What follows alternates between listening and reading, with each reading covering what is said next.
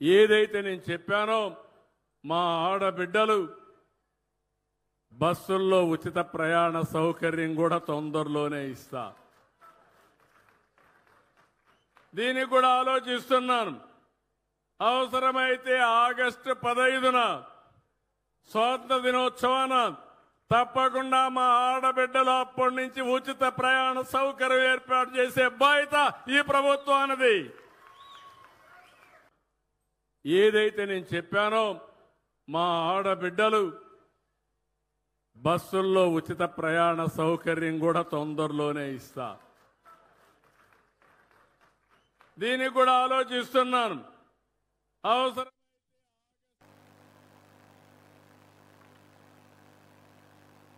ఏపీలో మహిళలకు good news తెలిపారు సీఎం చంద్రబాబు. రాష్ట్రంలోని మహిళలందరికీ స్వాతంత్ర దినోత్సవం సందర్భంగా ఆగస్టు 15 నుంచి ఉచిత బస్సు ప్రయాణ సదుపాయం కల్పిస్తామని తెలిపారు.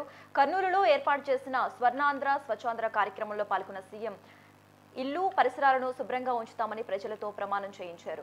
ఇక ఇదే అంశానికి సంబంధించి మోర్ అప్డేట్స్ మా AP bureau chief Narendra phone ద్వారా అందిస్తారు.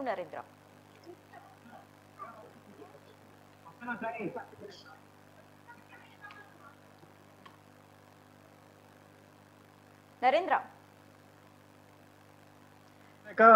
ఆంధ్రప్రదేశ్ ప్రభుత్వం ఏదైతే ఆగస్టు 15 నుంచి మహిళలకి ఉచిత బస్సు ప్రయాణాన్ని అవకాశాన్ని కల్పించబోతూ ఉంది.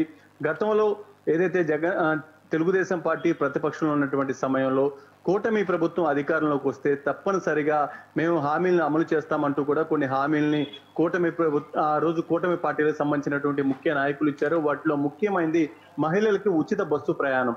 ఉచిత బస్సు ప్రయాణానికి సంబంధించి మహిళలు చాలా మంది ఇటు కూటమి ప్రభుత్వానికి వైపు మొగ్గు చూపారని చెప్పుకోవచ్చు. కూటమి ప్రభుత్వం అధికారంలోకి వస్తే మహిళలు ఉచితంగా ఆర్టీసీలో ప్రయాణం చేయొచ్చు అంటూ కూడా ఆ వైపు మొగ్గు చూపినటువంటి పరిస్థితి ఉంది.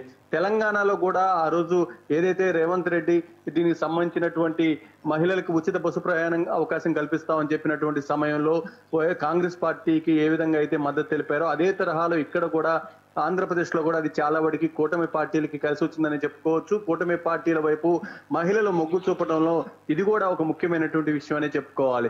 అలాంటి పథకాన్ని ఎప్పటి నుంచి ప్రారంభిస్తారంటూ ఇతర పార్టీలకు సంబంధించినటువంటి నాయకులు కూడా కూటమి అధికారంలోకి వచ్చినప్పటి నుంచి ప్రశ్నిస్తూనే ఉన్నారు. కూటమి ప్రభుత్వం అధికారంలోకి వచ్చిన తర్వాత చంద్రబాబు నాయుడు దీని మీద పూర్తి స్థాయిలో ఫోకస్ పెట్టారు. దానికి సంబంధించినటువంటి అధికారులు కానీ అదేవిధంగా మంత్రి ఎవరైతే ఉన్నారో ఆయన్ని ఆ టీంను కూడా ఒకటి ఏర్పాటు చేసి ఇతర రాష్ట్రాలకు వెళ్ళి ఎక్కడైతే మహిళలకు ఉచిత బస్సు ప్రయాణం అవకాశం కల్పించారో ఆ రాష్ట్రాల్లో ఆ ప్రభుత్వాలు ఏ విధంగా ముందుకు వెళ్తున్నాయి, అక్కడ ఉన్నటువంటి ఇబ్బందులు ఏంటి, వాటిని ఏ విధంగా వాళ్ళు అమలు చేస్తున్నారు, అంతకంటే మెరుగ్గా మనం ఏ విధంగా అమలు చేయగలుగుతాం ఏంటనే దానికి సంబంధించి కూడా సమాచారాన్ని సేకరించారు. పూర్తి స్థాయిలో ఆ రాష్ట్రాల్లో ఏదైతే ఆ పథకాన్ని ఏ విధంగా అమలు చేస్తున్నారో తెలుసుకొని దానికి తగిన విధంగానే ఇక్కడ ఎంత ఖర్చు అవుతుంది, దాన్ని ఏ విధంగా అమలు చేయాలనే దానిపై పూర్తి స్థాయిలో ఏపీ ప్రభుత్వం వర్కౌట్ చేసిన తర్వాత ఇప్పుడు తాజాగా సీఎం చంద్రబాబు నాయుడు దానికి సంబంధించినటువంటి ఒక ప్రకటన చేశారు.